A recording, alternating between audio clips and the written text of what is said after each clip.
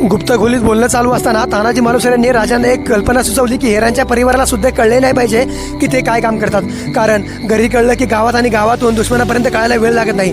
दौलतराव म्हणाले कुणाला काहीच कळू देणार नाही, आपल्या सर्वात सांकेतिक भाषा ठरवूनच त्याच भाषेत बोलायचं. आणि दौलतराव म्हणाले की सगळ्यांना बहुरूप घेता येईल असे प्रशिक्षण देण्यात येईल, पण बहुरूपी हेरांच्या पथकाचे नाव काय म्हणजे त्या नावाने बोलता येईल कुणाला कळायचं नाही. राजांनी मिशांवर हात फिरवत बोलले बहिर्जी. त्यांनी हे नाव आधी सुचवून ठेवलं होतं, पण तानाजीरावांनी महाराजांना विचारलं नाव चांगलं आहे पण हेच नाव का, तर राजे बोलले की बहिर्जी या नावातच हेर पथकाचा अर्थ आहे, पण ह्याचा अर्थ दौलतरावांना आधीच समजला होता. बहिर्जी म्हणजे बहुरूपी हेर, पण तरीही तानाजीरावांना समजेना. ते म्हणाले जी म्हणजे काय.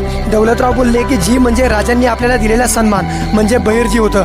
तानाजीराव आता आश्चर्यचकित होऊन बघत होते. तेवढ्यात राजे बोलले की ह्या पथकाचे नायक म्हणून बहिर्जी नाईक असे नाव दौलतरावांना द्यावे आणि तेच चर्चेत. अशा प्रकारे राजांनी स्वराज्याची जबाबदारी बहिर्जी नायकाच्या